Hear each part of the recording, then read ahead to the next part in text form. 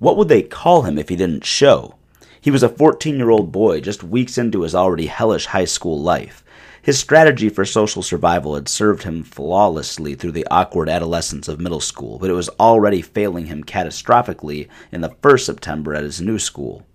His confident plan was to keep his head down, not make waves, be invisible. Invisible people may not get noticed, but they don't get in trouble either. The only problem was he was rather handsome for his age, which is a classically inconvenient trait for someone who's attempting to achieve invisibility. It was that singular trait that nullified all of his hard work toward discretion. It turns out that attractive people do get noticed, and they do get in trouble if the wrong people do the noticing. How was he supposed to know one of the junior cheerleaders kept her eyes on him too long for her boyfriend's insecure and fragile ego to endure? It's not like his eyes returned the favor. He had strictly trained himself to avoid eye contact. If he didn't look girls in their eyes, they probably wouldn't talk to him, and he wouldn't feel pressure to talk back. His anxiety didn't need any help hammering away at the inside of his skull, and his careful eye contact evasion worked brilliantly through 8th grade. Not this time, though. Everything happened so fast. He didn't see it coming when he was shoved in the back by 2 more years of testosterone and development than he had to offer. He was still processing the shove when the accusation was blurted into his face. Before he could deny it, his attention was drawn to the pretty girl urging the enraged sack of hormones whose jacket she wore to stop it. His 9th grade eyes on the girl seemed to confirm the accusation, and it nearly happened right then and there. It was nice of the basketball coach to haul off the source of the impending danger and get his starting center into math class, leaving that handsome freshman face unsmashed, but it seemed to only delay the problem rather than solve it. Social media exploded the rest of the day about the fight that was set to take place in the student parking lot after school. He didn't agree to these terms. He wasn't interested in fighting. He wasn't cut out for all this macho posturing nonsense. The event had forced him into the light, however. People were talking about him, bringing his name to the front of the conversations rather than keeping it a soft whisper in the backs of their minds where he liked it. When he was invisible, nobody bullied him, nobody badmouthed him or harassed him in the halls. He knew that if he didn't compromise his peaceful principles, he'd have to deal with potential victimhood for the next 4 miserable years.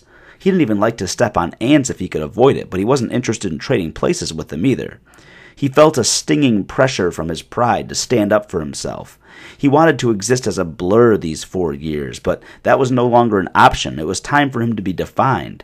His pride urged him to define himself as the kid you better not fuck with, rather than the easy target on whom other members of the pack could feast to boost their own social capital. His logic, pride, confidence, doubt, and anxiety spent the afternoon conducting a collective brawl between his ears. He didn't have any friends to help with his decision. He was forced to a point where he'd never been before. Inaction would be counted as action, and his actions would have deeply uncertain outcomes. He'd never even been in a real fight before, so he didn't even understand his own capabilities or lack thereof. If he chose to show up and had his teeth knocked out, would that be worse than backing down and leaving people wondering what could have happened if he had shown? Or was there more honor to be found in a brave defeat than in cowardly forfeit? What if he actually won the fight, scooped that pretty girl into one arm, and walked off into the sunset without a scratch like in the movies? Time was his enemy, and all of these hypothetical scenarios would mean nothing once the persistent claws of reality stripped them all away to reveal his truth. Near the end of his final class, he concluded that he really didn't want to fight, so even if he did win, it would surely be a loss of his own integrity. His phone kept buzzing with private messages and alerts from people who hadn't spoken with him since elementary school or who'd never even met him. A couple decades ago, it wouldn't have been like this. No softly buzzing reminders in his pocket, no taunting messages across a screen in his palm, no fights arranged in cyberspace suddenly manifesting out of nowhere. Unfortunately, this wasn't a few decades ago. It was now. The thing about now is that it doesn't wait around for indecisive, anxious boys. Time doesn't freeze so a confused kid can figure out if he should stick to his principles or listen to his ego. Fight or flight, stay or go, man up or chicken out. Was it really that simple? The pavement was warm from a long day in the autumn sun when the teenagers rushed out, gathering with great excitement that could easily be confused by administration for the daily celebration of surviving to another 3 o'clock finish line. He should have beelined for the bus where he belonged. He should have rushed home without looking back. He should have ignored what all the people he didn't know may have said for the next few weeks, months, or even years. He should have been his own person above all else. He should have listened to himself and ignored the pressure from the digital and physical mobs of his peers. But he didn't. Fueled by his flame, he found himself heading to the student parking lot.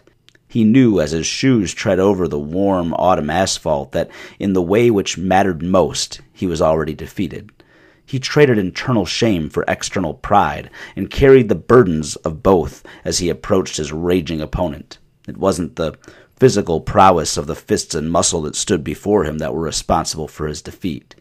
Rather, it was the reality that he was fighting because he lacked the courage that it took to walk away.